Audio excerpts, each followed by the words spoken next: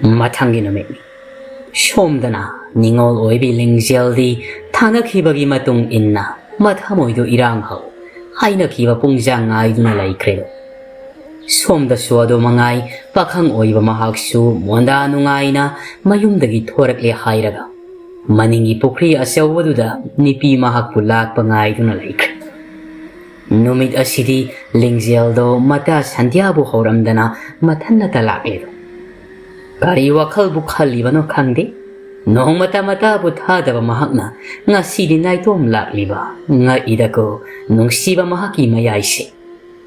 lingzial na pukhi asawdu yoksilaka matamdadi nipa aduna hana mahakpu ngai duna lairambadu ubada masu pak hek nipa adugi manakta sangsinba sungamlamdi mataududa nipa oiba mahakna ikaira male khalladuna phamlambadu hogalai aduga nipidugi manakta sangsilakduna hayraklam khongdoi birak ledana saghenbe laklaroi haidana aihakti thawai warurabani tu ada tharo saliba pukri nakala somda oina phamlusi tung inbiraklo hairamduna nipaduna mang thana chatpa hokre nipidu suadumak matung inari tharo satpham nakalladu yausilakduna nipaduna amuk hairei masida phamlaga ingna wari sase haiduna phamthakri nipidusu wala namata ngangdi tuminna masu nipadugi nakalda tapna phamtharai taruba mitsna ani aduna saliba tharoduda munna adumak yengduna lei nipado mahaki nakalda phamlibi nipi asida nukmi tawna yenglaga wa ngang bahori karigino nahakna suk singlemna sangkholamliba singlo henbi nahakna pakhang oiba ayakpo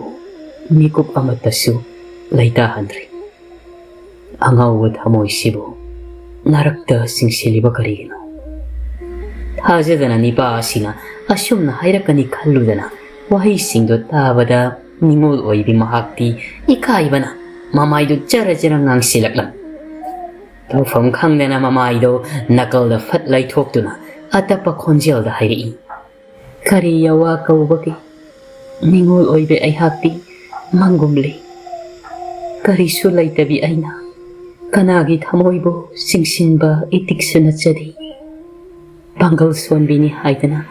adumnasu hekta singoi nabigan tambago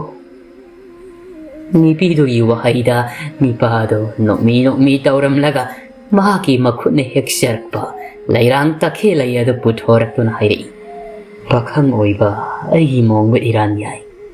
inkhol magi sagoi numdagi heksharakpa takhe lairangse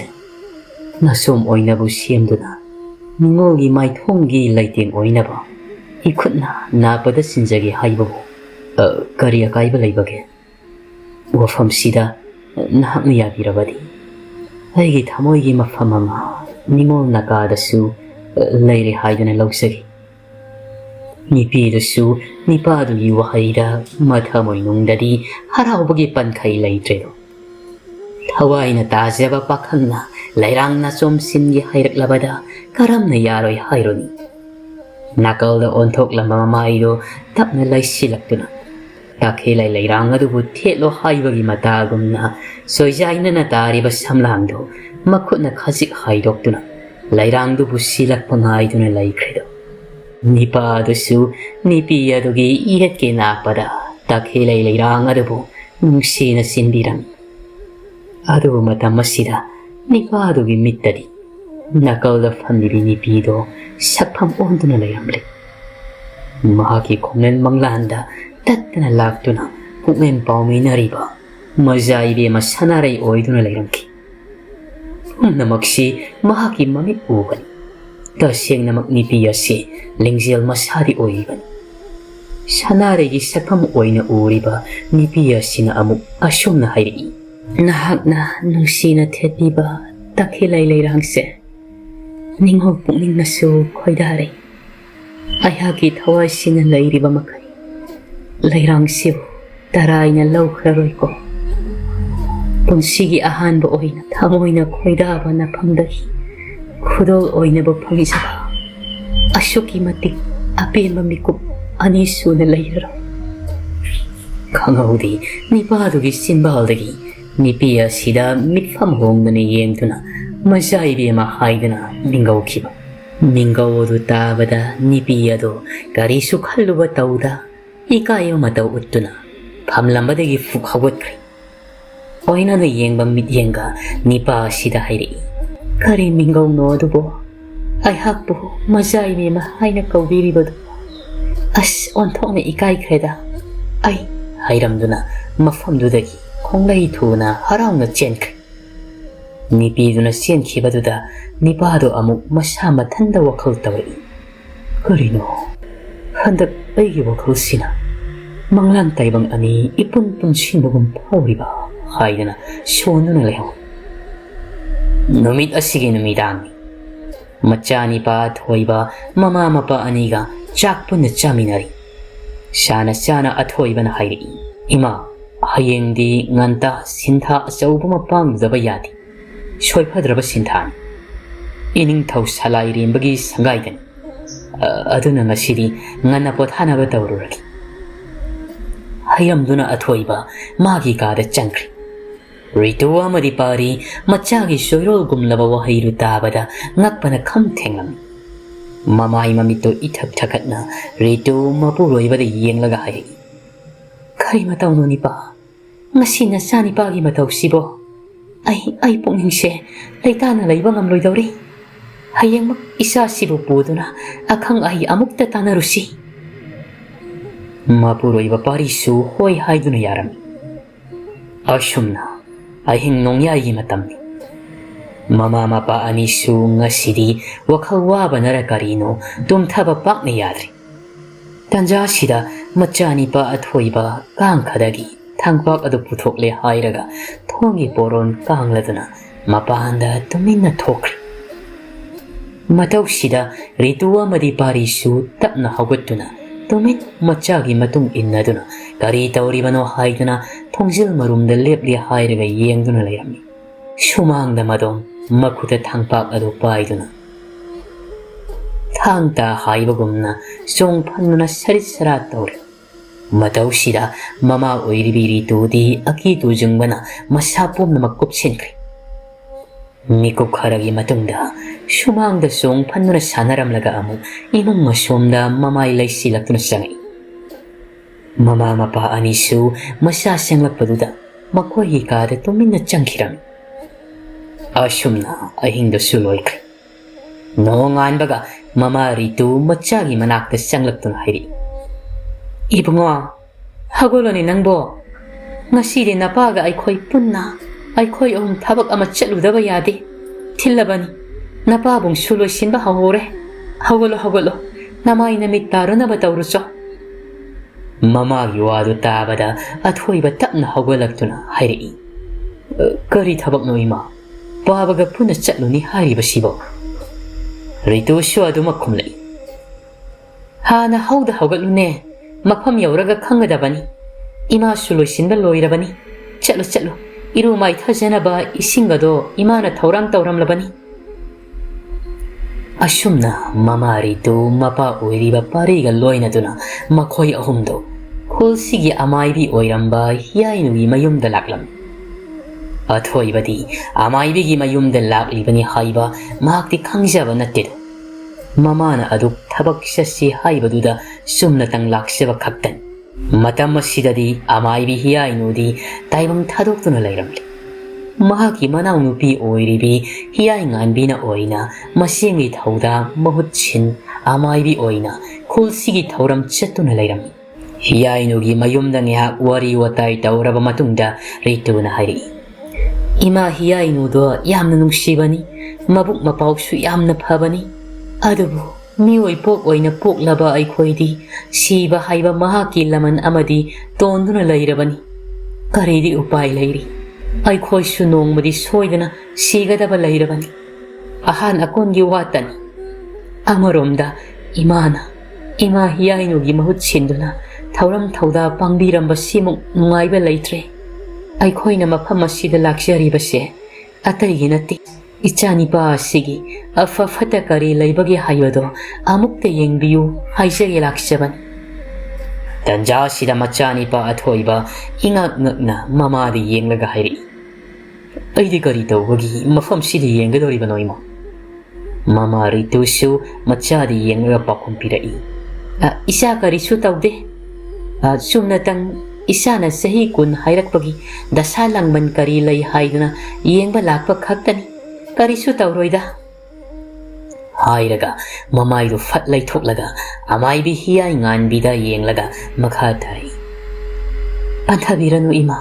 Isa se kari dasalang man laybagi haibado mamatana amuktang yengbiyo. Hiyay ngan bina amukkumai. Yani bema yeng thok singaidana kaidoge. Isunu pa sidi onthok na sung piran sakreda. Ipungo kadai isugi yethang bukhutto. Aingonda pirau. Hairaga makut khuba mai adu yeng. Yai ngan bisu masada angakpa amaga loinaduna mapukninda tuminna khali. Angang sidia. Mapuk ani langdaina duna chatlena. Taibang mapuk sida karigumba akaiba thabak kharadi soiduna tawramlagan. Maram sina aigi nakta lakpa oigani haiduna masa mathanda khanjarami. Asung ngehak laibaga hiyai ngan bina mukhairi. Yare isugi khubak mai se ibok na yengba loire. Adumna hairakpaduda Rituna amuk hanglai. Ima aigi sani pagi kari phattaba dasalangba laibagi. Lairabasu usin sinba yagadaba pambai lairabadi pangthoknaba tawsagi. Ngasi mamagi matawsida athoibadi mathamoida nungaitaba ma phawrami. Kari maramgi mamana mahakidamak langtapnaba wafamga loinana amaibi asi tanaribano khalladuna makhoina sanari wafam aduda thoina mapukning lupchilluba tawda. Mahakna laifam thokpa domina famduna lai. Amaibi hiyai nganbi Rituwi mipaiba mawongdu ubada machagi mafamda karigumba kharadi lotli haiba mahang irai laina khanglam. Madudagi hiyai nganbi Rituda yenglaga hairi. Kari su phattaba dasalangban amattabu laiteda. Adubune handak marak isu se wakhal langphai khajik satke tawi. Adubu kari su tawroida isu wakhal ingna lainanabane sama pangal hapnaba imana jantra makhak piragi. Ima imungdagi jantrado amukta lokthuklukhige ko hairamduna imungda changri. Ngai haki matung amaibi hiyai nganmina pigaduriba jantrado angauba chejet amana yomle hairaga puthoraktuna Rituda pirai. Ibema jantra se isugi makhwangda amuwa langna taduna sijanbiu ko ngaksamda karida pambomda mitna uba yagada jantra se siba yade haina su hairakla. Ritu su tapna khumai. Phani ima aihak soiduna tawsagi. Asumna amaibidugi awamal katlamladuna makhoi su mayumda halakpaga mairiyaduna pirakpa jantrado machagi makhwangda sijela. Numitsidagi hauna athoibagi manglanda hek laklambani pido amuk hana ukidri.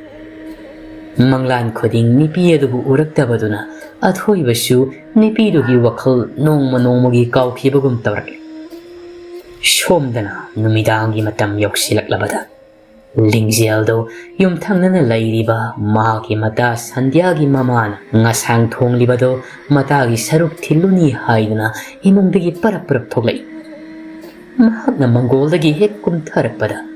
Matungda mahaki mamidugi iroinaduna mamiya makhak inaduna laklam. Thabalgi mangalduda masagi mamiyado sumna tariboi khalladuna karisu thoinadi khanjinba tawdi sum chalam. Adubu matungdi inarakpa mamiyado mahaki mang thaduna khangyang sakhiduna mafamdudagi mangkri.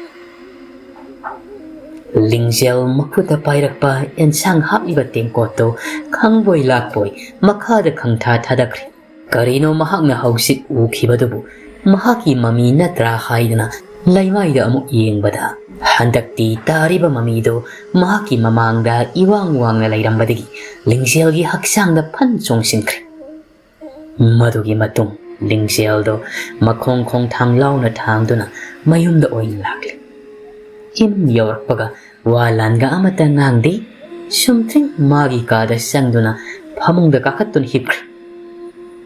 ꯃꯃꯥ ꯄ꯭ꯔꯦꯝꯂꯇꯥ ꯃꯆꯥꯒꯤ ꯃꯇꯧꯗꯨꯗ ꯏꯪꯉꯛꯂꯤ ꯀꯔꯤ ꯇꯧꯔꯕꯅꯣ ꯍꯥꯏꯗꯨꯅ ꯃꯆꯥꯒꯤ ꯀꯥꯗ ꯇꯥꯐꯤꯡ ꯇꯥꯐꯤꯡ ꯆꯪꯂꯛꯇꯨꯅ ꯌꯦꯡꯕ ꯃꯇꯝꯗ ꯂꯤꯡꯖꯦꯜ ꯏꯁꯤꯁꯤꯅ ꯇꯨꯝꯗꯨꯅ ꯂꯩꯔꯝꯈꯤ ꯄ꯭ꯔꯦꯝꯂꯇꯥ ꯃꯆꯥꯒꯤ ꯃꯁꯥ ꯅꯣꯝꯗꯨꯅ ꯍꯧꯒꯠꯂꯣ ꯆꯥꯛ ꯆꯥꯔꯁꯤ ꯍꯥꯏꯗꯨꯅ ꯀꯟꯅ ꯍꯧꯗꯣꯛꯂꯝꯃꯤ ꯑꯗꯨꯕꯨ ꯇꯥꯕ ꯀꯧꯕꯗꯤ ꯂꯩꯇ꯭ꯔꯤ ꯀꯥꯟꯅꯔꯔꯣꯏ ꯈꯟꯗꯨꯅ ꯃꯥꯁꯨ ꯃꯆꯥꯒꯤ ꯀꯥꯗꯒꯤ ꯊꯣꯛꯈ꯭ꯔꯦ ꯅꯨꯃꯤꯠ ꯑꯁꯤꯒꯤ ꯅꯨꯃꯤꯗꯥꯡꯅꯤ ꯑꯍꯤꯡ ꯃꯃꯩ ꯃꯇꯝꯒꯤ ꯃꯤꯁꯤꯛ ꯃꯤꯔꯥꯎꯈꯨꯜ ꯇꯥꯗ꯭ꯔꯕ ꯃꯇꯝ ꯑꯗꯨꯗ ꯂꯤꯡꯖꯦꯜꯗꯣ ꯃꯃꯤꯠ ꯈꯪꯄꯥꯡ ꯄꯥꯡꯂꯛꯏ ꯍꯤꯞꯂꯝꯕꯗꯒꯤ ꯐꯨꯛ ꯍꯧꯒꯠꯇꯨꯅ ꯑꯊꯣꯏꯕꯒꯤ ꯃꯌꯨꯝ ꯇꯝꯅ ꯂꯥꯛꯂꯤ ꯑꯊꯣꯏꯕꯅ ꯍꯤꯞꯂꯤꯕ ꯀꯥꯗꯨꯒꯤ ꯃꯄꯥꯗ ꯇꯨꯃꯤꯟꯅ ꯂꯦꯞꯇꯨꯅ ꯂꯤꯡꯖꯦꯜ ꯍꯤꯛꯅ ꯍꯤꯛꯅ ꯀꯞꯂꯛꯏ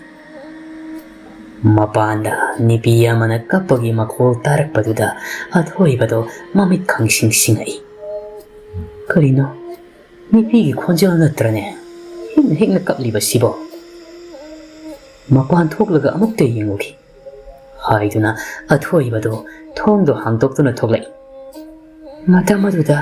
ꯑꯉꯥꯡ ꯃꯆꯨꯒꯤ ꯐꯤꯖꯦꯠ ꯂꯩꯇꯦꯡꯕꯤ ꯅꯨꯄꯤ ꯑꯃ ꯃꯇꯨꯡ ꯑꯣꯟꯊꯣꯛꯇꯨꯅ ꯀꯞꯂꯒ ꯂꯩꯔꯤꯕꯗꯨ ꯎꯔꯛꯂꯤ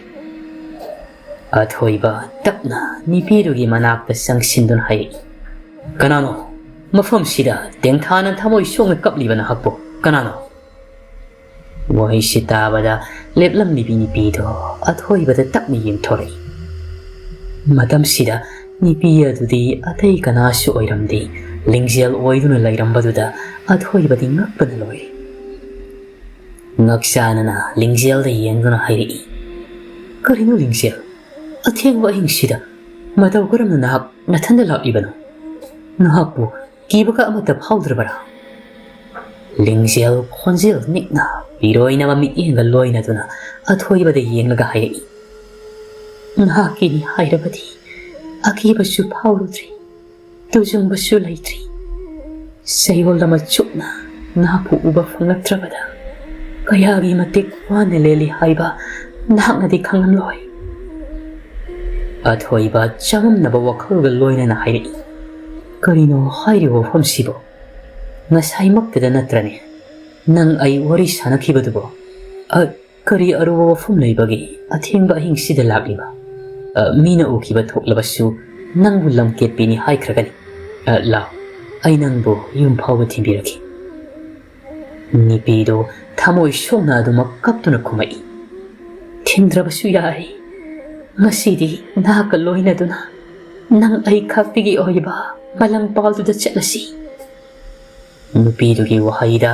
ꯑꯊꯣꯏꯕ ꯋꯥꯈꯜꯗ ꯃꯨꯛꯅꯔꯤ ꯀꯔꯤ ꯈꯨꯝꯒꯗꯕꯅꯣ ꯃꯤꯀꯨꯞꯁꯤꯗ ꯃꯍꯥꯛꯁꯨ ꯋꯥꯈꯜ ꯊꯣꯛꯇ꯭ꯔꯤ ꯉꯥꯏꯍꯥꯛ ꯋꯥꯈꯜ ꯇꯧꯔꯕ ꯃꯇꯨꯡꯗ ꯑꯊꯣꯏꯕꯗꯣ ꯁꯣꯔ ꯑꯁꯥꯡꯕ ꯑꯃ ꯍꯣꯟꯗꯣꯛꯂꯒ ꯍꯥꯏꯔꯛꯏ ꯀꯔꯤꯒꯤ ꯃꯂꯪꯄꯥꯜꯗ ꯆꯠꯂꯨꯒꯅꯤ ꯍꯥꯏꯕꯒꯤ ꯅꯍꯥꯛꯅ ꯅꯈꯣꯡꯅ ꯊꯣꯡꯅ ꯑꯩꯒꯤ ꯅꯥꯛꯇ ꯂꯥꯛꯂꯕꯅꯤꯅ ꯃꯐꯝ ꯀꯔꯤꯗꯁꯨ ꯆꯠꯂꯣꯏ ꯏꯃꯨꯡꯗ ꯑꯣꯏꯅ ꯆꯪꯂꯁꯤ ꯍꯌꯦꯡ ꯅꯣꯡꯉꯥꯟꯕꯒꯅꯦ ꯅꯪꯕꯨ ꯍꯥꯏꯗꯣꯛꯄ ꯑꯍꯜ ꯂꯃꯟ ꯊꯥꯔꯁꯤ ꯃꯇꯝꯁꯤꯗ ꯂꯤꯡꯖꯦꯜꯗꯤ ꯏꯃꯨꯡ ꯆꯪꯁꯤ ꯍꯥꯏꯕ ꯌꯥꯔꯝꯗꯦ ꯃꯐꯝ ꯑꯇꯣꯞꯄ ꯑꯃꯗ ꯆꯠꯁꯤ ꯍꯥꯏꯗꯨꯅ ꯑꯗꯨꯃꯛ ꯁꯤꯈꯥꯡ ꯈꯥꯡꯗꯨꯅ ꯂꯩꯔꯤ ꯎꯄꯥꯏ ꯂꯩꯇ꯭ꯔꯕꯗ ꯑꯊꯣꯏꯕ ꯅꯨꯄꯤꯁꯤꯅ ꯍꯥꯏꯕꯗ ꯏꯟꯕ ꯇꯥꯔꯤ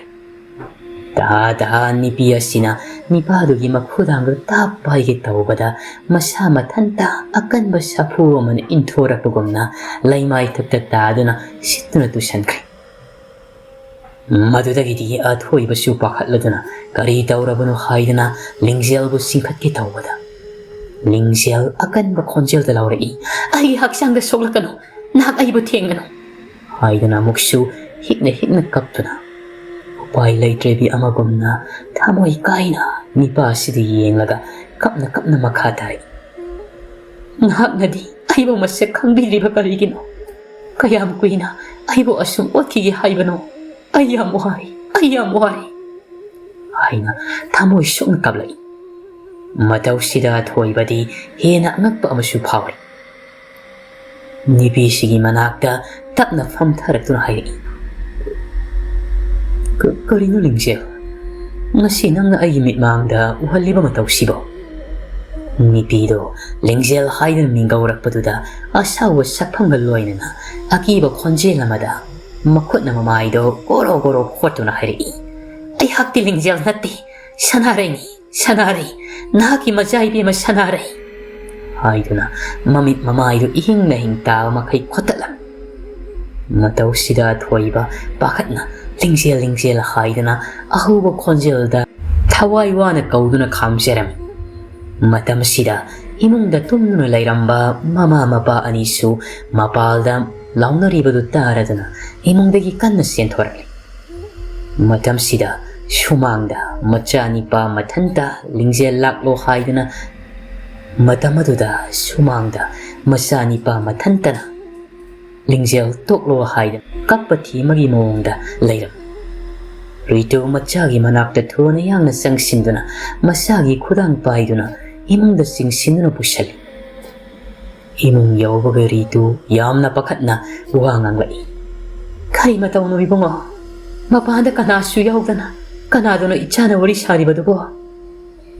athoiba mahaksu masado wakhal lita tadana thawai wana khumai ima Lingjel do Hausik mafam sida laklami mahaka iga wari sarambata mangairi mahak mafam sida lakibani ima ay magi manakta salugi masani pagi waduda parido mapalda parap thokri aduga akoibaduda Lingjel laiba ubra haidana koying yenga adubu kanasu laiba udrabaduda amu imungda sanglaktuna hairi ibungo mapaldadi kanasu laihaudene isagi manglanda lakpa oirini chalo nasani pasibu thiamduna magi kaada ningthina pothalura somama somdana Lingjel kapna mayunggi mangol yausilaklami mangol kakhalakpaga yunggi thongjel mapalda leplamlaga gyan mangbagi matawgum laimaida pudrup tuthakri aduga machilda na hena ima haidana wana kawrai Mangolda karigumba magi makhol takhibaduda premlata sumi kapthui matamduda na hena ima haidina kauriba khonjeldu tabada fingna famungdagi kumlaktuna yenglubadadi thongjel mapalduda machanupi Lingjeldo mamai mamit ina pungso chot phibam sokna lairambadu ubada kanna lauduna chenchelai kari matawno imagi bema imadi mangli kana laibagi aigi cha Lingjel se karino matawkhre mayam amukta lakpiyo haidana yumlona na lairiba mioi singadubu tanana ba haidana kanna laurakla thangnabada lairiba mioi singsu taraduna mahai larten amamamga senthuk narakla premlatagi mayomtam mayam hau tawduna Lingjel bu imungda pushanduna ningthini hiphalaba matungda Shokliba mamai mamit ado hidak haptuna yengsili mamana wahang pahong labasu Lingjel di adumak na hena wa fawangang bathokiri lakliba mioi singsu ingangagli mataw karamna mamai mamit sibu asukti na shokliba no haidana makoy masin onsin aduna hainaram asumna ahing aduma premlatagi mayomda makoy kharaga loinaduna nongan bangaiduna lairam nongalaka matamdadi Lingjel gi haksang sinba thungna laikop na pungyom-yomduna phibam sokna lairamle matawsida khulgi mioi khara thaduna amai bi hiya inganbina mama oiribi premlatagi mafamda hairei ibema angangse layok tinokpogi mamiyama imana uba fangi angangsi lawuk lamhangda tusin khochin khibaga laibra premlata nongma lawukta machanupina komamada tusin khibado khangning singaktuna kumai ima isa se nongma lawukta tusin khiba thaudok amadi laiki maduna taba atopadi thoina laite amai bi hiya inganbi takna makha tarai adudi ngasimak mafam aduda chatlaga sieng lai khara tharucho angang se mahangna tu siliba mafam adugi lairembi imana oknabani thinthaba tawran nasagi thawai mi su ka khopira u mafam aduda chatpadanya angang sibudi yahonba yade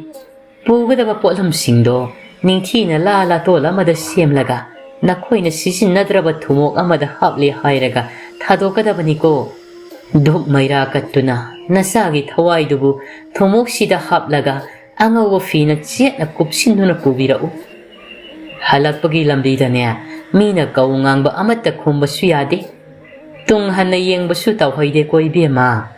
ꯌꯨꯝ ꯍꯦꯛ ꯌꯧꯕꯒꯅꯦ ꯊꯨꯃꯣꯛꯇꯒꯤ ꯊꯋꯥꯏ ꯃꯤꯗꯣ ꯅꯆꯥꯒꯤ ꯂꯋꯥꯏ ꯀꯣꯏꯔꯦꯜ ꯊꯛꯇ ꯑꯃꯗꯤ ꯃꯌꯥ ꯂꯥꯎꯅ ꯀꯥꯊꯣꯛꯍꯜꯂꯒ ꯅꯪꯅ ꯏꯟꯕꯤꯒꯗꯕꯅꯤ ꯅꯥꯟꯊꯕꯤꯒꯗꯕꯅꯤ ꯏꯆꯥꯒꯤ ꯊꯋꯥꯏ ꯃꯉꯥ ꯏꯃꯥꯅ ꯍꯥꯞꯂꯕꯅꯤꯀꯣ ꯍꯥꯏꯗꯨꯅ ꯁꯣꯜꯂꯨꯀꯣ ꯃꯇꯝꯁꯤꯗ ꯇꯨꯃꯤꯟ ꯍꯤꯞꯇꯨꯅ ꯂꯩꯔꯝꯕ ꯂꯤꯡꯖꯦꯜꯗꯣ ꯃꯃꯤꯠ ꯈꯪꯄꯥꯡ ꯄꯥꯡꯂꯛꯇꯨꯅ ꯑꯃꯨꯛ ꯍꯧꯒꯠꯂꯛꯂꯦ ꯍꯥꯏꯔꯒ ꯃꯥꯏꯕꯤ ꯍꯤꯌꯥꯏꯅꯨꯗ ꯃꯃꯤꯠ ꯈꯥꯅ ꯌꯦꯡꯂꯒ ꯑꯀꯤꯕ ꯈꯣꯟꯖꯦꯜ ꯑꯃꯗ ꯑꯁꯨꯝꯅ ꯍꯥꯏꯔꯛꯏ ꯅꯍꯥꯛꯅ ꯑꯩꯒꯤ ꯂꯝꯕꯤꯗ ꯈꯨꯔꯧ ꯊꯥꯡꯕꯁꯨ ꯁꯥꯏ ꯈꯨꯅꯨ ꯃꯈꯣꯡꯗ ꯁꯝ ꯍꯧꯕꯒꯨꯝ ꯑꯩꯒꯤ ꯂꯝꯕꯤꯗ ꯑꯌꯦꯠ ꯑꯄꯟ ꯄꯤꯔꯛꯄ ꯈꯨꯗꯤꯡꯃꯛ ꯅꯕꯦꯝꯃ ꯑꯩꯅ ꯂꯣꯔꯦꯜ ꯀꯛꯇꯨꯅ ꯅꯊ꯭ꯋꯥꯏ ꯂꯧꯒꯅꯤ ꯈꯪꯂꯕ꯭ꯔꯥ ꯁꯅꯥꯔꯩ ꯏꯇꯤꯛ ꯈꯪꯂꯣꯏꯗ꯭ꯔꯗꯣ ꯍꯥꯏꯗꯨꯅ ꯈꯦꯛꯅ ꯈꯦꯛꯅ ꯅꯣꯛꯂꯛꯏ ꯑꯃꯥꯏꯕꯤ ꯍꯤꯌꯥꯏ ꯉꯥꯟꯕꯤꯗꯣ ꯑꯗꯨꯝꯅ ꯍꯥꯏꯔꯛꯄꯗꯨꯗ ꯃꯥꯒꯤ ꯃꯥꯏꯊꯣꯡꯗ ꯑꯀꯤꯕ ꯃꯤꯄꯥꯏꯕꯒꯤ ꯃꯃꯤꯗꯤ ꯀꯔꯤꯁꯨ ꯎꯕ ꯐꯪꯗꯦ ꯃꯣꯡ ꯍꯥꯗꯨꯅ ꯂꯤꯡꯖꯦꯜꯗ ꯃꯃꯤꯠ ꯀꯨꯞꯇꯅ ꯌꯦꯡꯂꯤ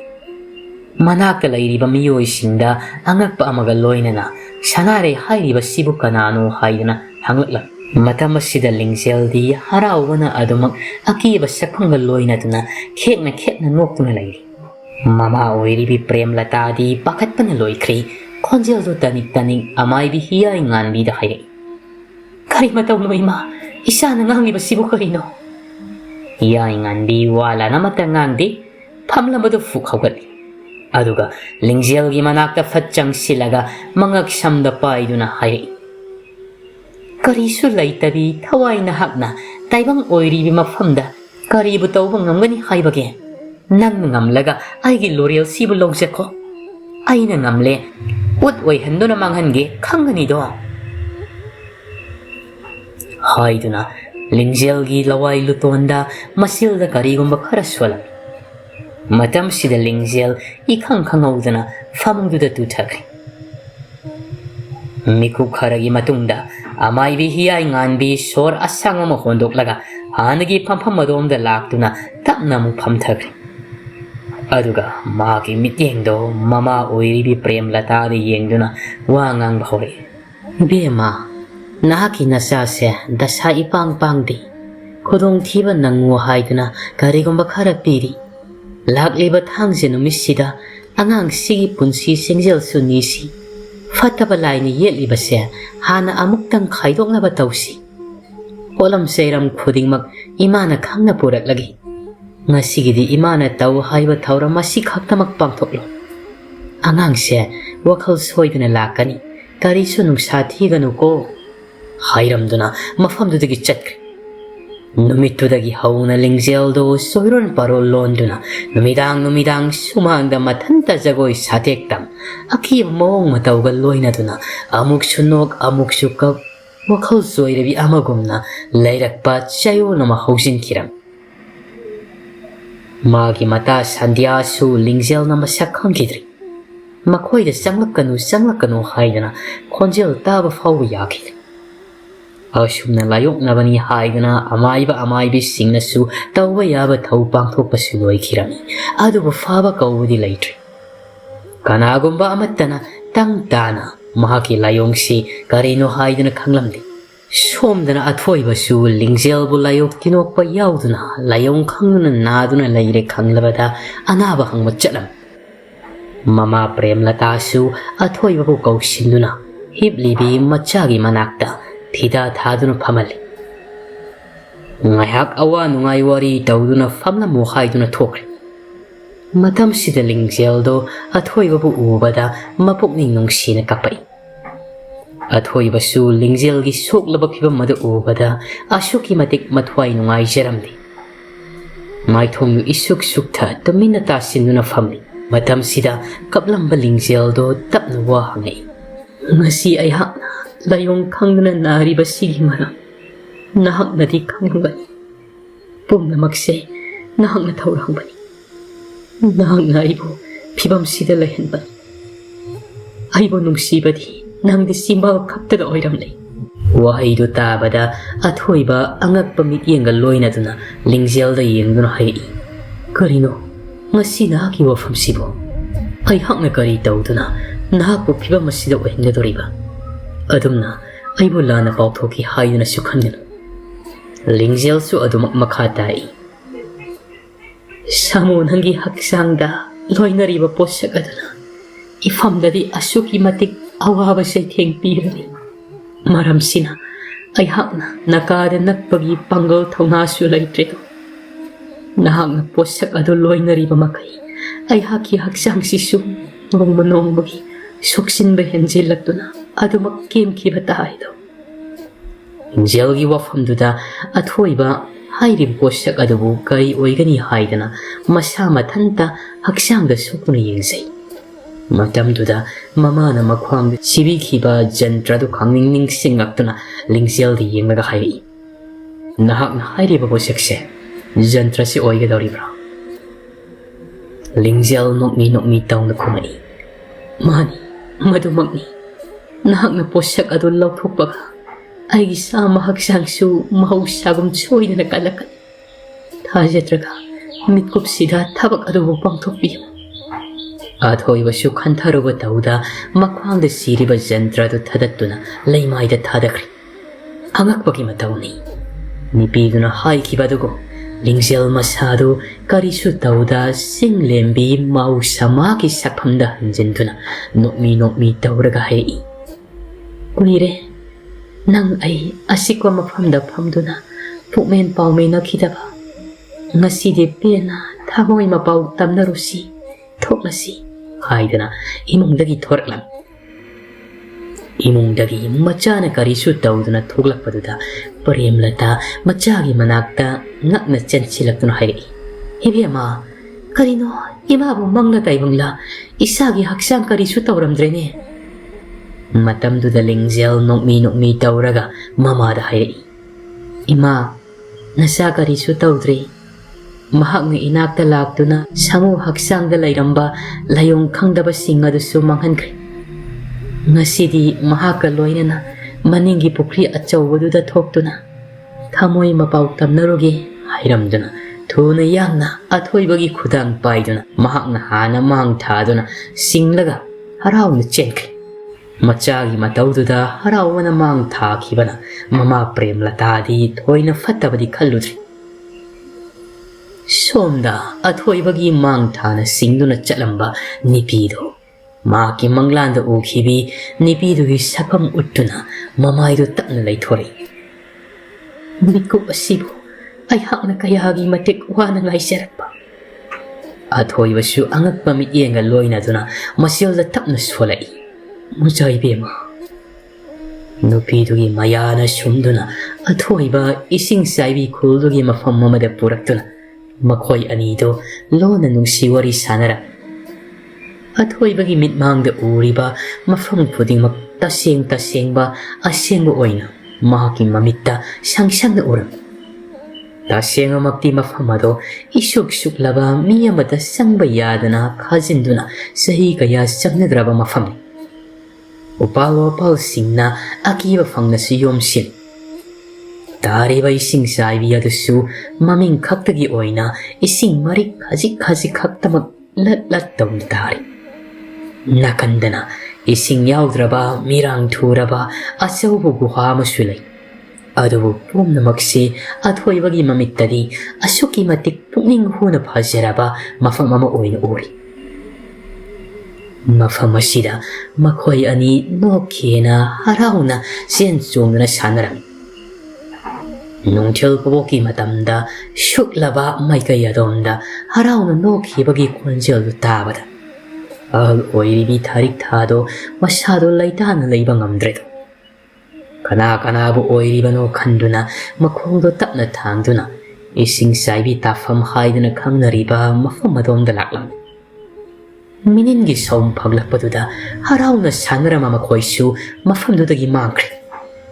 ꯆꯦꯛꯃꯨꯛ ꯐꯥꯎꯕ ꯂꯥꯎꯈꯤꯗ꯭ꯔꯦ ꯊꯥꯔꯤꯛꯁꯨ ꯃꯊꯃꯣꯏꯅꯨꯡꯗ ꯀꯔꯤꯕꯨ ꯊꯣꯛꯂꯒꯕ ꯍꯥꯏꯗꯨꯅ ꯁꯤꯡꯅꯖꯔꯝꯃꯤ ꯃꯇꯝꯅ ꯍꯧꯁꯤꯟꯈꯤꯕꯅ ꯅꯨꯃꯤꯗꯥꯡꯒꯤ ꯃꯇꯝ ꯑꯣꯏꯁꯤꯜꯂꯛꯂꯕ ꯐꯥꯎꯕ ꯑꯊꯣꯏꯕ ꯑꯃꯗꯤ ꯂꯤꯡꯖꯦꯜꯗꯤ ꯃꯌꯨꯝꯗ ꯍꯟꯖꯤꯜꯂꯛꯇ꯭ꯔꯕꯗ ꯃꯃꯥ ꯃꯄꯥ ꯑꯣꯏꯕꯁꯤꯡꯅ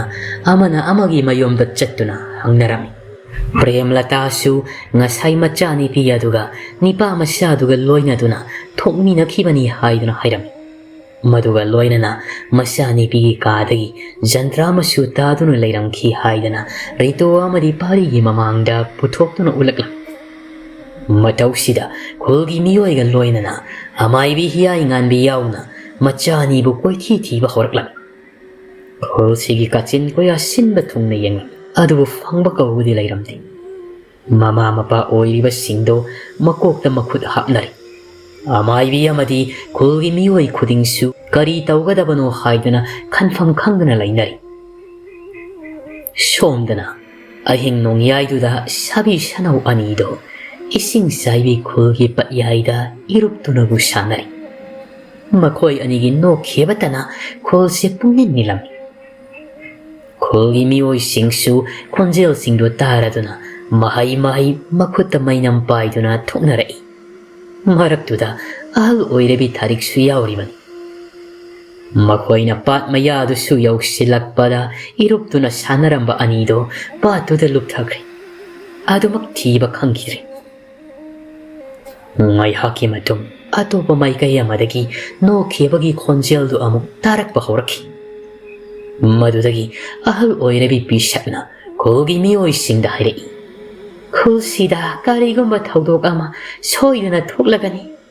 ꯑꯍꯤꯡꯁꯤꯅ ꯂꯣꯏꯗ꯭ꯔꯤꯉꯩ ꯊꯧꯔꯥꯡꯁꯤ ꯄꯥꯡꯊꯣꯛꯇꯕ ꯌꯥꯗꯦ ꯍꯥꯏꯗꯅ ꯈꯨꯜꯒꯤ ꯂꯝꯄꯥꯛ ꯑꯃꯗ ꯈꯨꯜꯁꯤꯒꯤ ꯃꯤꯑꯣꯏ ꯄꯨꯂꯞ ꯃꯩꯖꯥꯎ ꯍꯧꯒꯠꯇꯨꯅ ꯂꯥꯡꯅꯔꯤ꯫ ꯑꯍꯜ ꯑꯣꯏꯔꯤꯕꯤ ꯊꯥꯔꯤꯛ ꯑꯆꯝꯕ ꯃꯤꯁꯛ ꯑꯃꯗꯤ ꯑꯣꯏꯔꯝꯗ꯭ꯔꯤ꯫ ꯈꯨꯜꯁꯤꯒꯤ ꯑꯣꯏꯅ ꯈ꯭ꯋꯥꯏꯗꯒꯤ ꯃꯍꯩ ꯍꯩꯔꯕꯤ ꯑꯃꯥꯏꯕꯤ ꯑꯃ ꯑꯣꯏꯗꯨꯅ ꯂꯩꯔꯝꯈꯤ꯫ ꯃꯍꯥꯛꯅ ꯇꯧꯒꯗꯕ ꯊꯧꯔꯝ ꯊꯧꯗꯥ ꯇꯥꯛꯇꯨꯅ ꯀꯔꯤꯒꯨꯝꯕ ꯈꯔ ꯇꯧꯅꯅꯕꯒꯤꯗꯃꯛ ꯍꯧꯔꯔꯤꯕ ꯃꯩ ꯑꯗꯨꯒꯤ ꯃꯅꯥꯛꯇ ꯐꯝꯗꯨꯅ ꯁꯦꯝ ꯁꯥꯗꯨꯅ ꯂꯩꯈ꯭ꯔꯦ꯫ ꯃꯇꯝ ꯑꯁꯤꯗ ꯍꯔꯥꯎꯅ ꯅꯣꯛꯈꯤꯕꯒꯤ ꯇꯥꯔꯝꯕ ꯈꯣꯟꯖꯦꯜꯁꯤꯡꯗꯣ ꯍꯤꯛꯅ ꯇꯦꯡꯊꯥꯅ ꯑꯣꯏꯅ ꯀꯞꯄꯒꯤ ꯈꯣꯟꯖꯦꯜ ꯑꯣꯏꯅ ꯇꯥꯔꯛꯂꯝꯃꯤ꯫ ꯑꯍꯜ ꯑꯣꯏꯔꯕꯤ ꯑꯃꯥꯏꯕꯤ ꯊꯥꯔꯤꯛꯅ ꯃꯁꯤꯜꯗ ꯂꯥꯏꯔꯣꯜ ꯁꯣꯟꯗꯨꯅ ꯊꯋꯥꯏ ꯑꯗꯨꯕꯨ ꯀꯧꯔꯝꯃꯤ꯫ ꯊꯤꯟꯊꯕ ꯊꯧꯗ ꯃꯇꯝ ꯑꯁꯤꯗ ꯅꯤꯄꯥꯗꯨꯒ ꯅꯤꯄꯤ ꯑꯃꯒ ꯃꯐꯝ ꯑꯁꯤꯗ ꯊꯣꯔꯛꯂꯝꯃꯤ꯫ ꯊꯧꯔꯝ ꯌꯥꯎꯔꯤꯕ ꯃꯤꯑꯣꯏꯁꯤꯡꯁꯨ ꯑꯉꯛꯄ ꯑꯃꯒ ꯂꯣꯏꯅꯅ ꯇꯨꯃꯤꯟ ꯌꯦꯡꯂꯒ ꯂꯩꯅꯩ꯫ ꯃꯇꯝꯗꯨꯗ ꯑꯃꯥꯏꯕꯤ ꯊꯥꯔꯤꯛꯅ ꯃꯤꯑꯣꯏꯁꯤꯡꯗ ꯍꯥꯏꯔꯛꯂꯝꯃꯤ, ꯍꯧꯖꯤꯛꯃꯛ ꯅꯈꯣꯏ ꯈꯔꯅ ꯃꯥꯡ ꯄꯥꯡꯅ ꯁꯨꯝ ꯆꯠꯂꯒ ꯌꯥꯡꯂꯩ ꯈꯨꯜ ꯍꯥꯏꯔꯒ ꯈꯪꯅꯕ ꯈꯨꯜ ꯑꯃ ꯂꯩꯕꯅꯤ, ꯃꯐꯝ ꯑꯗꯨꯗ ꯆꯠꯂꯨꯁꯣ꯫ ꯃꯥꯡꯗ ꯎꯔꯤꯕ ꯅꯤꯄꯥ ꯃꯆꯥ ꯑꯃꯗꯤ ꯅꯤꯄꯤ ꯃꯆꯥ ꯑꯁꯤꯒꯤ ꯑꯄꯣꯛꯄꯤ ꯑꯅꯤꯃꯛ ꯃꯐꯝꯁꯤꯗ ꯄꯨꯗꯨꯅ ꯂꯥꯛꯎ ꯍꯥꯏꯅ ꯋꯥꯐꯝ ꯑꯁꯤ ꯁꯤꯟꯅꯗꯨꯅ ꯃꯤꯑꯣꯏ ꯈꯔ ꯊꯥꯈ꯭ꯔꯦ꯫ ꯁꯣꯝꯗꯅ ꯅꯤꯄꯥ ꯃꯆꯥ ꯑꯃꯗꯤ ꯅꯨꯄꯤ ꯃꯆꯥ ꯑꯅꯤꯕꯨ ꯊꯥꯔꯤꯛꯅ ꯌꯥꯏ ꯊꯥꯗꯨꯅ ꯃꯈꯣꯏꯒꯤ ꯊꯋꯥꯏꯁꯤꯡꯗꯨꯕꯨ ꯐꯥꯖꯤꯟꯗꯨꯅ ꯊꯝꯂꯝꯃꯤ꯫ ꯃꯇꯝꯁꯤꯗ ꯅꯤꯄꯥ ꯃꯆꯥ ꯑꯊꯣꯏꯕꯗꯨꯗꯤ ꯇꯧꯔꯤꯕ ꯃꯇꯧꯗꯨꯗ ꯏꯉꯛꯂꯦ꯫ ꯃꯈꯣꯏꯕꯨ ꯐꯥꯔꯤꯕ ꯀꯔꯤꯒꯤꯅꯣ, ꯃꯈꯣꯏꯕꯨ ꯊꯥꯗꯣꯛꯄꯤꯌꯨ ꯍꯥꯏꯗꯨꯅ ꯍꯥꯏꯖꯔꯝꯃꯤ꯫ ꯉꯥꯏꯍꯥꯛꯀꯤ ꯃꯇꯨꯡꯗ ꯃꯐꯝ ꯑꯗꯨꯗ ꯃꯃꯥ ꯃꯄꯥꯁꯤꯡꯁꯨ ꯂꯥꯛꯇꯨꯅ ꯀꯔꯤ ꯃꯇꯧꯅꯣ ꯍꯥꯏꯗꯅ ꯃꯆꯥꯒꯤ ꯃꯅꯥꯛꯇ ꯆꯦꯟꯁꯤꯟꯒꯦ ꯇꯧꯏ꯫ ꯑꯗꯨꯕꯨ ꯃꯇꯝ ꯑꯗꯨꯗ ꯊꯥꯔꯤꯛꯅ ꯃꯈꯣꯏꯒꯤ ꯃꯅꯥꯛꯇ ꯀꯅꯥꯁꯨ ꯆꯪꯕ ꯌꯥꯈꯤꯔꯣꯏ ꯍꯥꯏꯗꯅ ꯑꯊꯤꯡꯕ ꯄꯤꯔꯛꯂꯝꯃꯤ꯫ ꯐꯝꯂꯝ ꯑꯗꯨ ꯍꯧꯒꯠꯂꯒ ꯑꯃꯥꯏꯕꯤ ꯊꯥꯔꯤꯛꯅ ꯑꯁꯨꯝꯅ ꯍꯥꯏꯔꯛꯏ, ꯅꯈꯣꯏ ꯄꯨꯝꯅꯃꯛ ꯇꯨꯃꯤꯟꯅ ꯑꯃꯨꯛꯇ ꯂꯩꯈꯣ꯫ ꯉꯁꯤ ꯑꯉꯥꯡꯁꯤꯡꯁꯤꯗ ꯊꯣꯛꯂꯤꯕ ꯊꯧꯗꯣꯛꯁꯤꯒꯤ ꯃꯔꯝ ꯄꯨꯝꯕ ꯅꯈꯣꯏ ꯄꯨꯝꯅꯃꯛꯁꯨ ꯈꯪꯍꯧꯔꯣ ꯍꯥꯏꯔꯝꯂꯒꯦ꯫ ꯋꯥꯍꯩ ꯀꯌꯥꯁꯤ ꯍꯥꯏꯔꯝꯗꯨꯅ ꯅꯤꯄꯤ ꯃꯆꯥꯗꯨꯒꯤ ꯃꯅꯥꯛꯇ ꯆꯪꯁꯤꯟꯗꯨꯅ ꯃꯍꯥꯛꯅ ꯄꯥꯏꯔꯤꯕ ꯏꯁꯤꯡ ꯑꯗꯨ ꯈꯤꯛꯇꯨꯅ ꯍꯥꯏꯔꯛꯏ, ꯀꯔꯤꯁꯨ ꯈꯪꯖꯗ꯭ꯔꯕ ꯅꯤꯄꯤ ꯃꯆꯥ ꯑꯁꯤꯒꯤ ꯍꯛꯆꯥꯡꯗ ꯅꯍꯥꯛꯀꯤ ꯊꯋꯥꯏꯅ ꯁꯥꯗꯣꯡꯂꯤꯕꯗꯣ ꯊꯣꯛꯂꯛꯎ꯫ ꯅꯍꯥꯛꯀꯤ ꯑꯁꯦꯡꯕ ꯁꯛꯇꯝꯗꯣ ꯃꯤꯠꯀꯨꯞꯁꯤꯗ ꯁꯛꯇꯥꯛꯂꯛꯎ꯫ ꯃꯇꯝꯗꯨꯗ ꯂꯤꯡꯖꯦꯜꯒꯤ ꯍꯛꯆꯥꯡꯗꯒꯤ ꯃꯃꯤ ꯑꯃ ꯊꯣꯔꯛꯇꯨꯅ ꯐꯖꯔꯕ ꯂꯥꯏꯔꯦꯝꯕꯤ ꯑꯃꯒꯤ ꯃꯇꯧꯒꯨꯝ ꯅꯤꯄꯤ ꯑꯃꯒꯤ ꯁꯛꯇꯝꯗ ꯊꯣꯔꯛꯂꯤ, ꯑꯗꯨꯒ ꯍꯤꯛꯅꯁꯨ ꯀꯞꯂꯛꯏ꯫ ꯎꯔꯤꯕ ꯁꯛꯇꯝꯒꯤ ꯃꯃꯤꯗꯨ ꯑꯃꯥꯏꯕꯤ ꯊꯥꯔꯤꯛ ꯑꯃꯗꯤ ꯑꯊꯣꯏꯕ ꯃꯈꯣꯏ ꯑꯅꯤ ꯈꯛꯇꯅ ꯎꯕꯅꯤ꯫ ꯑꯇꯩ ꯂꯩꯔꯤꯕ ꯃꯤꯑꯣꯏꯁꯤꯡ ꯑꯁꯤꯅꯗꯤ ꯀꯔꯤꯁꯨ ꯎꯕ ꯅꯠꯇꯦꯗꯣ꯫ ꯃꯃꯤ ꯁꯥꯃꯤ ꯊꯣꯔꯛꯂꯤꯕ ꯅꯤꯄꯤꯗꯨꯒꯤ ꯁꯛꯇꯝ ꯑꯗꯨ ꯎꯕꯗ ꯑꯊꯣꯏꯕ ꯃꯆꯦꯜꯗ ꯈꯪꯍꯧꯗꯅ ꯁꯣꯜꯂꯛꯏ ꯃꯖꯥ ꯏꯕꯦꯝꯃ ꯃꯇꯧꯁꯤꯗ ꯂꯤꯡꯖꯦꯜ ꯏꯉꯛꯉꯛꯅ ꯑꯊꯣꯏꯕꯗ ꯇꯨꯃꯤꯟꯅ ꯌꯦꯡꯗꯨꯅ ꯂꯩꯔꯝꯃꯤ ꯑꯁꯨꯝꯅ ꯍꯧꯈ꯭ꯔꯕ ꯃꯄꯣꯛ ꯑꯃꯒꯤ ꯋꯥꯔꯤꯁꯤꯡꯗꯣ ꯊꯋꯥꯏꯗꯨꯅ ꯂꯤꯔꯛꯂꯤ ꯁꯅꯥꯔꯩ ꯅꯤꯡꯊꯧ ꯁꯂꯥꯏꯔꯦꯝꯕ ꯑꯃꯗꯤ ꯃꯍꯥꯔꯥꯅꯤ ꯅꯣꯡꯊꯥꯡꯂꯩꯃ ꯑꯅꯤꯒꯤ ꯅꯥꯏꯇꯣꯝ ꯁꯥꯠꯆꯕꯤ ꯃꯆꯥꯅꯨꯄꯤꯅꯤ ꯏꯁꯤꯡ ꯆꯥꯏꯕꯤ ꯈꯨꯜ ꯑꯁꯤꯗ ꯅꯤꯡꯊꯧ ꯄꯥꯜꯂꯤꯉꯩ ꯃꯇꯝꯅꯤ ꯎꯔꯤꯔꯩ ꯇꯍꯥ ꯁꯅꯥꯔꯩꯒꯤ ꯃꯅꯥꯛꯇ ꯆꯦꯟꯁꯤꯜꯂꯛꯇꯨꯅ ꯁꯅꯥꯔꯩꯒꯤ ꯌꯦꯠꯀꯤ ꯅꯥꯄꯗ ꯆꯤꯔꯣꯜ ꯇꯧꯅ ꯍꯥꯏꯔꯛꯏ ꯃꯖꯥ ꯏꯕꯦꯝꯃꯒꯤ ꯊꯋꯥꯏꯅ ꯈꯣꯏꯗꯥꯕ ꯇꯝꯕ ꯂꯥꯏꯔꯕ ꯄꯥꯈꯪꯗꯣ ꯈꯨꯜꯒꯤ ꯄꯠꯄꯥꯟꯗ ꯁꯤꯟꯊꯥ ꯄꯥꯡꯕ ꯂꯥꯛꯍꯧꯔꯦ ꯈꯣꯡꯗꯣꯏꯅꯕ ꯊꯧꯔꯥꯡꯕꯤꯔꯣ ꯌꯥꯋꯥꯗꯨ ꯇꯥꯕꯗ ꯁꯅꯥꯔꯩ ꯅꯣꯛꯃꯤ ꯃꯥꯏꯊꯣꯡꯒ ꯂꯣꯏꯅꯅ ꯃꯥꯒꯤ ꯑꯆꯥꯟꯕꯤ ꯃꯅꯥꯏ ꯑꯣꯏꯔꯤꯕꯤ ꯎꯔꯤꯔꯩꯗ ꯍꯥꯏꯔꯛꯏ ꯑꯁꯦꯡꯕ꯭ꯔꯅꯤ ꯎꯔꯤꯔꯩ ꯊꯤꯜꯂꯒꯅꯨ ꯆꯠꯂꯨ ꯙꯣꯂꯥꯏ ꯄꯨꯕ ꯃꯈꯣꯏꯗ ꯃꯖꯥ ꯏꯕꯦꯝꯃ ꯄꯠꯄꯥꯟꯗ ꯈꯣꯡꯗꯣꯏ ꯍꯨꯟꯒꯅꯤ ꯇꯥꯛꯂꯨꯆꯣ ꯁꯨꯝꯅ ꯊꯤꯟꯊꯕ ꯇꯧꯗ ꯃꯖꯥ ꯏꯕꯦꯝꯃ ꯁꯅꯥꯔꯩ ꯙꯣꯂꯥꯏ ꯊꯛꯇ ꯐꯝꯗꯦꯡꯅ ꯈꯣꯡꯗꯣꯏꯔꯛꯂꯤꯗꯣ ꯎꯜꯒꯤ ꯄꯠꯄꯥꯟ ꯑꯗꯨꯗ ꯃꯍꯥꯛꯀꯤ ꯑꯆꯥꯟꯕ ꯃꯇꯥꯔꯣꯏ ꯈꯔ ꯑꯃꯅ ꯇꯨꯡꯗ ꯋꯥꯔꯤ ꯇꯧꯅ ꯃꯈꯣꯡꯅ ꯁꯨꯝ ꯏꯟꯅꯔꯛꯂꯤ ꯙꯣꯂꯥꯏ ꯊꯛꯇ ꯃꯖꯥ ꯏꯕꯦꯝꯃ ꯂꯦꯡꯂꯛꯄꯗꯨ ꯎꯕꯗ ꯁꯤꯟꯊꯥ ꯄꯥꯡꯗꯨꯅ ꯂꯩꯔꯝꯕ ꯇꯝꯕ ꯁꯛꯍꯦꯟꯕ ꯄꯥꯈꯪ ꯑꯗꯣ ꯃꯖꯥ ꯏꯕꯦꯝꯃ ꯍꯥꯏꯗꯨꯅ ꯈꯨꯔꯨꯗ ꯀꯨꯟꯗꯨꯅ ꯊꯧꯒꯜ ꯎꯠꯂꯛꯂꯝꯂꯒ ꯃꯥꯒꯤ ꯁꯤꯟꯊꯥꯗꯨ ꯑꯃꯨꯛ ꯄꯥꯡꯕ ꯃꯈꯥ ꯆꯠꯊꯈ꯭ꯔꯦ ꯁꯅꯥꯔꯩ ꯄꯥꯈꯪꯒꯤ ꯃꯇꯧꯗꯨꯗ ꯅꯣꯛꯃꯤ ꯙꯣꯂꯥꯏ ꯊꯛꯇꯒꯤ ꯀꯨꯝꯊꯔꯛꯏ ꯑꯗꯨꯒ ꯙꯣꯂꯥꯏ ꯊꯥꯡꯒꯠꯄ ꯃꯤꯑꯣꯏꯁꯤꯡꯗ ꯑꯣꯟꯁꯤꯟꯗꯨꯅ ꯍꯥꯏꯔꯛꯏ ꯌꯥꯔꯦ ꯅꯈꯣꯏ ꯃꯐꯝꯁꯤꯗꯒꯤ ꯊꯣꯛꯈ꯭ꯔꯣ ꯏꯇꯥꯔꯣꯏꯁꯤꯡꯒ ꯃꯐꯝꯁꯤꯗ ꯉꯥꯏꯍꯥꯛ ꯑꯋꯥ ꯄꯣꯊꯥꯍꯧꯈꯤꯒꯦ ꯁꯨꯝꯅ ꯙꯣꯂꯥꯏ ꯊꯥꯡꯕꯁꯤꯡꯁꯨ ꯁꯅꯥꯔꯩꯒꯤ ꯌꯥꯊꯪ ꯇꯨꯡꯏꯟꯅ ꯃꯐꯝꯗꯨꯗꯒꯤ ꯊꯣꯛꯈ꯭ꯔꯦ ꯃꯇꯝꯗꯨꯗ ꯂꯥꯞꯇꯛꯅ ꯂꯩꯔꯤꯕ ꯃꯥꯒꯤ ꯑꯆꯥꯟꯕꯤ ꯃꯇꯥꯔꯣꯏꯁꯤꯡꯕꯨ ꯃꯅꯥꯛꯇ ꯂꯥꯛꯂꯣ ꯍꯥꯏꯕꯒꯤ ꯃꯇꯥꯒꯨꯝ ꯏꯪꯒꯤꯠ ꯇꯧꯗꯨꯅ ꯀꯧꯁꯤꯜꯂꯛꯂ ꯁꯅꯥꯔꯩ ꯑꯆꯤꯛꯄ ꯄꯠꯄꯥꯜ ꯑꯗꯨꯗ ꯃꯇꯥꯔꯣꯏꯁꯤꯡꯒ ꯐꯝꯂꯒ ꯅꯣꯛꯄ ꯈꯦꯕ ꯇꯧꯅ ꯋꯥꯔꯤ ꯇꯧꯔꯤ ꯁꯅꯥꯔꯩ ꯁꯤꯟꯊꯥ ꯄꯥꯡꯂꯤꯕ ꯄꯥꯈꯪ ꯑꯗꯨ ꯇꯥꯅꯅꯕ ꯍꯥꯏꯗꯅ ꯃꯇꯥꯁꯤꯡꯗ ꯍꯥꯏꯕ ꯁꯥꯗꯨꯅ ꯍꯥꯏꯔꯛꯂꯝꯃꯤ ꯌꯦꯡꯉꯨꯅꯤ ꯎꯔꯤꯔꯩ ꯄꯠꯄꯥꯟꯁꯤꯗ ꯁꯥꯠꯂꯤꯕ ꯂꯩꯔꯥꯡ ꯊꯔꯣ ꯊꯝꯕꯥꯜꯁꯦ ꯀꯌꯥꯒꯤ ꯃꯇꯤꯛ ꯐꯖꯔꯤꯕ ꯅꯤꯡꯉꯣꯜ ꯑꯣꯏꯕꯤ ꯑꯩꯍꯥꯛꯇꯤ ꯄꯥꯡꯒꯜ ꯁꯣꯟꯕꯤ ꯑꯣꯏꯔꯨꯕꯅ ꯏꯄꯥꯛ ꯏꯌꯥꯏꯁꯤꯗ ꯍꯤꯔꯨꯛꯇꯨꯅ ꯍꯦꯛꯄꯁꯨ ꯉꯝꯗ꯭ꯔꯦꯗꯣ ꯂꯩꯔꯥꯡ ꯊꯝꯕꯥꯜ ꯑꯁꯤꯕꯨ ꯍꯦꯛꯇꯨꯅ ꯈꯨꯜꯁꯤꯕꯨ ꯀꯣꯜꯂꯤꯕ ꯏꯕꯨꯙꯧꯒꯤ ꯈꯨꯌꯥꯗ ꯀꯠꯆꯅꯤꯡꯕꯅꯤ ꯇꯧꯔꯤꯁꯦ ꯃꯇꯝꯗꯨꯗ ꯇꯝꯕ ꯅꯤꯄꯥꯗꯣ ꯃꯖꯥ ꯏꯕꯦꯝꯃꯒꯤ ꯋꯥꯐꯝ ꯑꯗꯨ ꯇꯥꯔꯗꯨꯅ ꯄꯥꯠꯇꯨꯗ ꯀꯨꯝꯊꯈ꯭ꯔꯦ ꯂꯩꯁꯥꯠ ꯃꯌꯥꯝ ꯑꯗꯨꯗꯒꯤ ꯍꯦꯟꯅ ꯂꯩꯁꯛ ꯂꯩꯆꯨ ꯍꯦꯜꯂꯕ ꯊꯔꯣ ꯊꯝꯕꯥꯜ ꯈꯔ ꯈꯜꯂꯗꯨꯅ ꯃꯈꯨꯠꯅ ꯂꯥꯝꯗꯨꯅ ꯍꯦꯛꯈ꯭ꯔꯦ ꯃꯇꯧꯁꯤꯗ ꯑꯆꯥꯟꯕꯤ ꯃꯇꯥꯔꯩ ꯎꯔꯤꯔꯩ ꯑꯃꯗꯤ ꯊꯥꯕꯜꯂꯩ ꯌꯦꯡꯅꯗꯨꯅ ꯍꯥꯏꯔꯛꯏ ꯌꯦꯡꯉꯨꯅꯍꯦ ꯇꯝꯕ ꯄꯥꯈꯪꯁꯦ ꯃꯖꯥ ꯏꯕꯦꯝꯃꯒꯤ ꯄꯨꯛꯅꯤꯡ ꯏꯍꯨꯜ ꯈꯪꯂꯗꯨꯅ ꯂꯩꯔꯥꯡ ꯊꯔꯣ ꯊꯝꯕꯥꯜꯁꯦ ꯃꯈꯨꯠꯅ ꯂꯥꯝꯗꯨꯅ ꯍꯦꯛꯈ꯭ꯔꯦꯃꯦ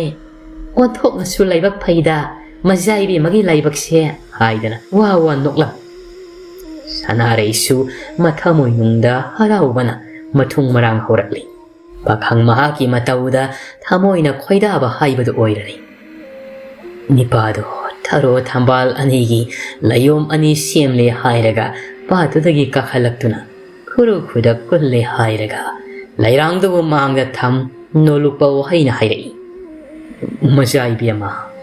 ꯃꯖꯥ ꯏꯕꯦꯝꯃꯒꯤ ꯂꯩꯔꯥꯡ ꯊꯔꯣ ꯊꯝꯕꯥꯜꯁꯦ ꯂꯧꯁꯤꯟꯕꯤꯌꯨꯗꯣ ꯁꯅꯥꯔꯩ ꯅꯣꯛꯃꯤ ꯇꯧꯅ ꯂꯩꯔꯥꯡ ꯑꯗꯨꯗ ꯌꯦꯡꯂꯒ ꯍꯥꯏꯔꯛꯏ ꯑꯣꯟꯊꯣꯛꯅꯁꯨ ꯐꯖꯈ꯭ꯔꯦꯗ ꯂꯩꯔꯥꯡꯁꯦ ꯚꯥꯏꯃ ꯄꯨꯛꯅꯤꯡꯅ ꯈꯣꯏꯗꯥꯔꯦ ꯏꯕꯨꯙꯧ ꯃꯍꯥꯛꯅ ꯂꯧꯒꯗꯕ ꯃꯥꯜꯂꯤꯗ ꯄꯥꯈꯪ ꯑꯗꯨꯅ ꯑꯃꯨꯛ ꯈꯨꯝꯃꯛꯏ ꯃꯖꯥ ꯏꯕꯦꯝꯃꯒꯤ ꯄꯨꯛꯅꯤꯡꯅ ꯈꯣꯏꯗꯥꯕꯤꯕ ꯑꯩꯍꯥꯛꯀꯤꯗꯤ ꯂꯥꯏꯕꯛ ꯐꯕꯅꯤ ꯂꯩꯔꯥꯡꯁꯤꯕꯨ ꯏꯕꯨꯙꯧꯒꯤ ꯈꯨꯌꯥꯗ ꯀꯠꯇꯨꯅ ꯃꯖꯥ ꯏꯕꯦꯝꯃꯒꯤ ꯑꯅꯤꯡꯕ ꯀꯤꯕꯤꯛꯁꯨ ꯏꯕꯨꯙꯧꯅ ꯄꯤꯅꯕꯤꯕ ꯑꯣꯏꯔꯁꯅꯨ ngasi nongmugi sinthasu loiselli iyum maikei pangjakragi haidana makokto haifet lukthara mamayu laithoktu chatkre sanarai nokmi pakhangduna chatkibado mamit kuptana yengduna lehowi asum kumja kharadi hausinkre lairaba pakhang nongdren khombadi ningthaugi machanupi sanaraiga nungsi mari thamduna thamoi tinakre Wafam ase khulgi misam prajana sibon ngang naraktuna ningthau salai remagi nakong yawrakhirami. Salai remba ningthau su sauraduna macha nupi sana reibu sei thanglakli. Thabum manga asupna sarang sanduna thamla. Nakalamarom Salai remba ningthau su sauraduna macha nupi sana reibu seirak oina thabum manga asupna sarang sanduna thamlami. Nakalamarom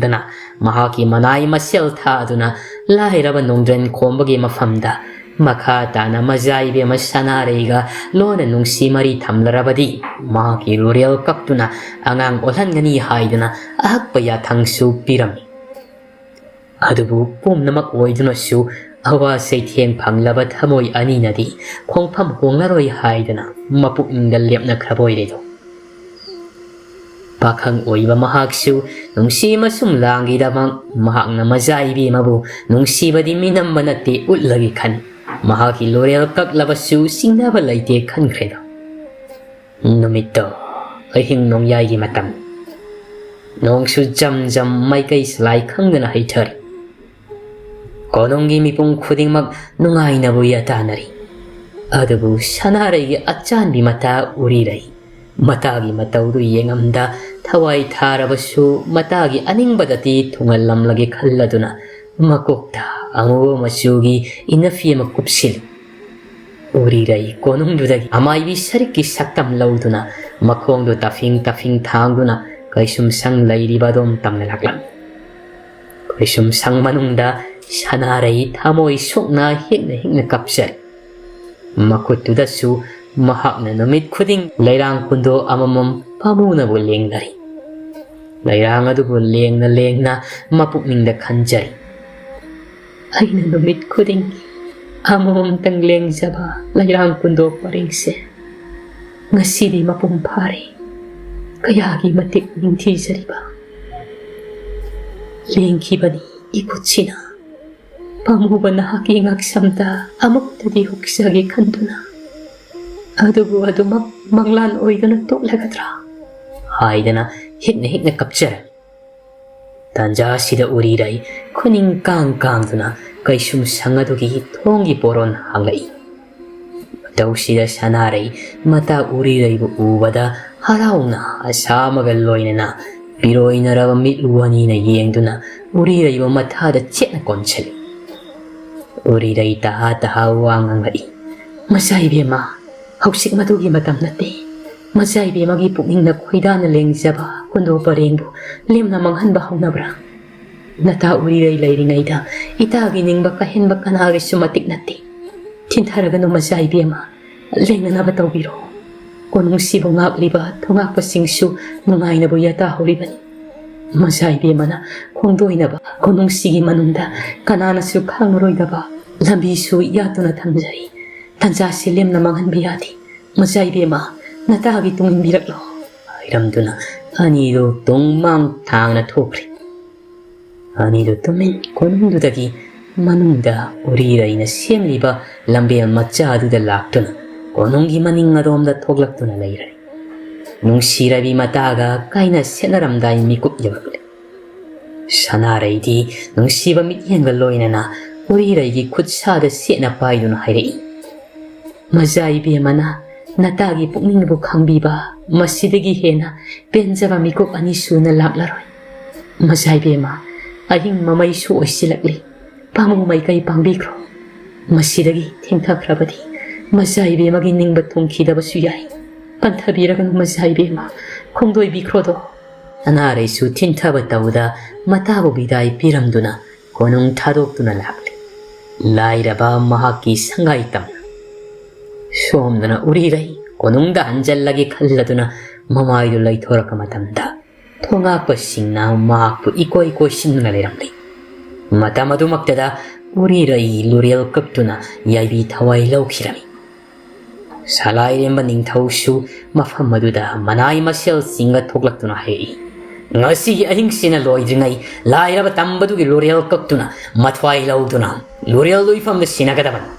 aduga lamket piaduna makut makong yoling thangduna sagol garida singduna konung tamna purau ꯀꯔꯤꯁꯨ ꯂꯩꯇꯕ ꯃꯈꯣꯏꯅ ꯅꯤꯡꯊꯧꯒꯤ ꯃꯥꯌꯣꯛꯇ ꯂꯦꯞꯆꯕꯁꯨ ꯁꯥꯏ ꯀꯔꯤꯒꯨꯝꯕ ꯊꯕꯛ ꯑꯁꯤꯕꯨ ꯅꯈꯣꯏꯅ ꯄꯥꯡꯊꯣꯛ ꯉꯝꯗꯕ ꯊꯣꯛꯂꯕꯗꯤ ꯅꯈꯣꯏꯕꯨꯁꯨ ꯑꯉꯥꯡ ꯑꯣꯜꯍꯟꯒꯅꯤ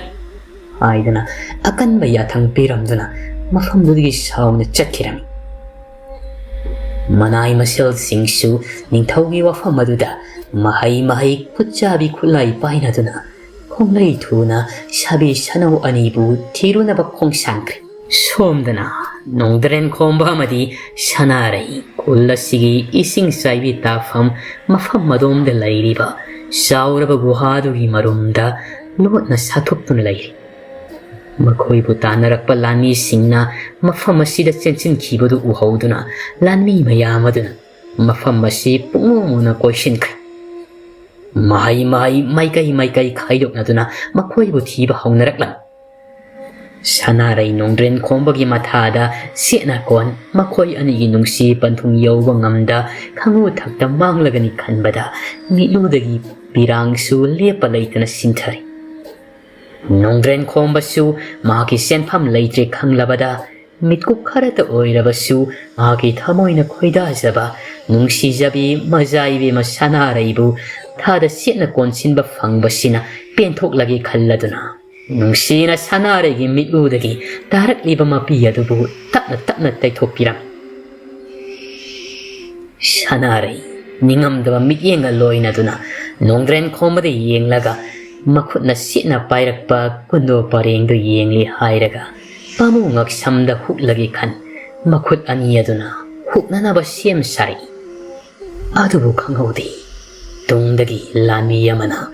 ꯅꯣꯡꯗ꯭ꯔꯦꯟ ꯈꯣꯡꯕꯒꯤ ꯉꯛꯁꯝ ꯑꯗꯨꯗ ꯊꯧꯔꯕ ꯊꯪꯍꯥꯏ ꯑꯃꯅ ꯍꯥꯏꯔꯛꯇꯨꯅ ꯁꯅꯥꯔꯩꯒꯤ ꯃꯤꯠꯃꯥꯡꯃꯛꯇꯗ ꯅꯣꯡꯗ꯭ꯔꯦꯟ ꯈꯣꯝꯕꯒꯤ ꯂꯣꯔꯦꯜꯗꯣ ꯍꯛꯆꯥꯡꯗꯒꯤ ꯇꯣꯉꯥꯟꯅ ꯇꯥꯗꯨꯅ ꯂꯩꯃꯥꯏꯗ ꯀꯦꯟꯈ꯭ꯔꯦꯗꯣ ꯃꯇꯧꯁꯤꯗ ꯁꯅꯥꯔꯩ ꯇꯥꯔꯤꯕ ꯅꯣꯡꯗ꯭ꯔꯦꯟ ꯈꯣꯝꯕꯒꯤ ꯂꯣꯔꯦꯜꯕꯨ ꯃꯊꯥꯗ ꯁꯦꯠꯅ ꯀꯣꯟꯗꯨꯅ ꯊꯋꯥꯏ ꯁꯥꯛꯅ ꯀꯞꯆꯔꯝꯃꯤ ꯁꯩꯔꯛ ꯑꯗꯨꯃꯛꯇꯗ ꯂꯥꯟꯃꯤ ꯑꯃ ꯆꯪꯁꯤꯜꯂꯛꯇꯨꯅ ꯁꯅꯥꯔꯩꯒꯤ ꯃꯁꯥ ꯁꯒꯜꯗꯨ ꯄꯥꯏꯗꯨꯅ ꯆꯤꯡꯈꯠꯅꯕ ꯂꯥꯛꯅꯔꯤ ꯑꯗꯨꯕꯨ ꯅꯪꯍꯧꯗꯦ ꯂꯥꯟꯃꯤ ꯑꯗꯨꯒꯤ ꯃꯈ꯭ꯋꯥꯡꯗ ꯌꯥꯜꯂꯤꯕ ꯊꯪꯍꯥꯏ ꯑꯗꯨ ꯃꯈꯨꯠꯅ ꯇꯥꯞ ꯁꯠꯇꯨꯅ ꯀꯅꯥꯃꯠꯇ ꯃꯥꯒꯤ ꯃꯅꯥꯛ ꯅꯛꯂꯛꯀꯅꯨ ꯍꯥꯏꯗꯨꯅ ꯑꯁꯨꯝ ꯃꯈꯣꯡꯗꯨ ꯃꯅꯤꯡ ꯍꯟꯗꯨꯅ ꯊꯥꯡꯂꯛꯏ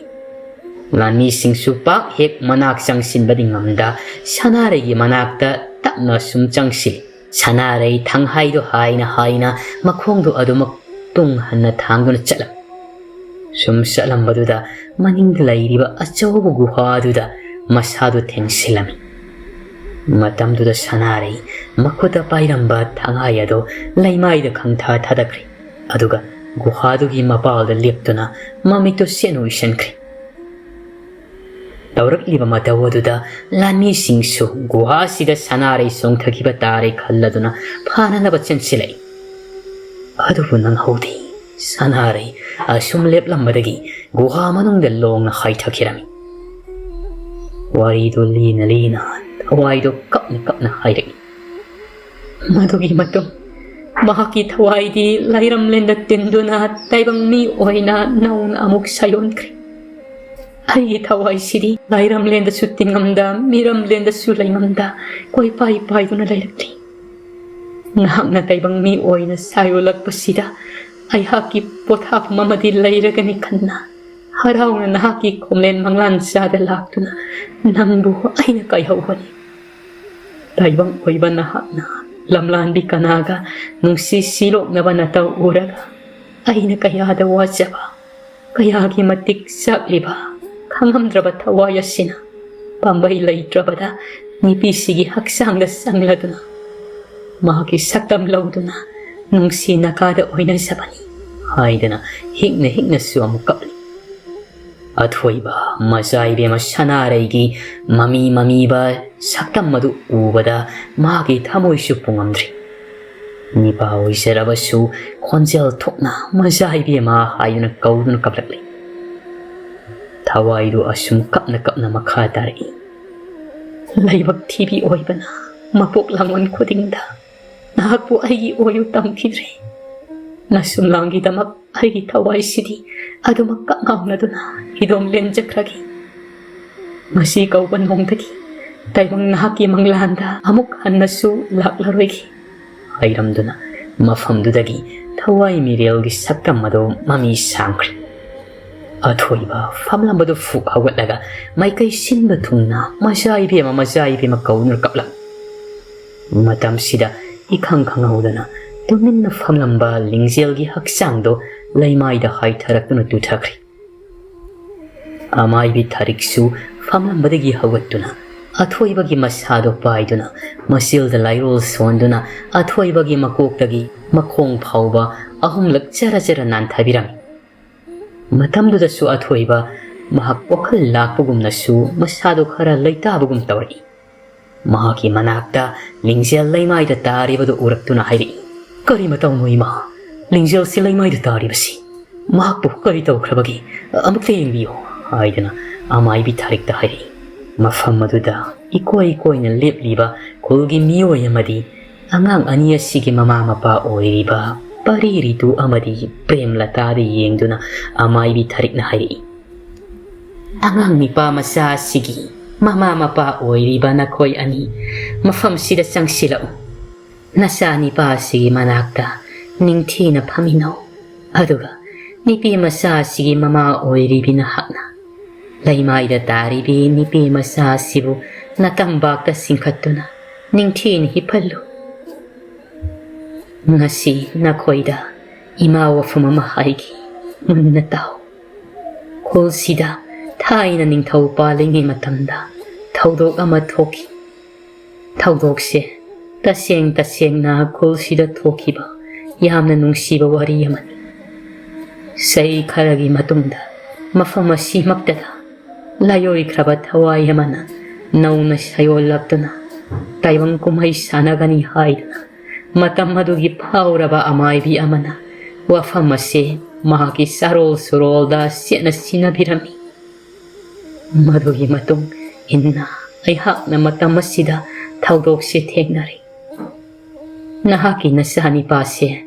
mamang mapok amada langoluraba thawai. Ngasi taibang na nauna amuk ongdarak limani. Aduga nipi masa sisu koyum layam na silaga punsi mati kharagi oina taibang phawalakpani.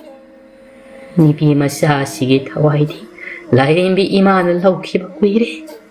Maramdi hausik kakngawna duna lairiba thawai sidi masa mathanta sijakhiba na maram oi. Nauna taibang oina sayonnaba pambai laitabana. Thawai sige tengtha ko tangamdraduna koyom layam singna thaushinduna nipi masa sige haksangda sadong handuna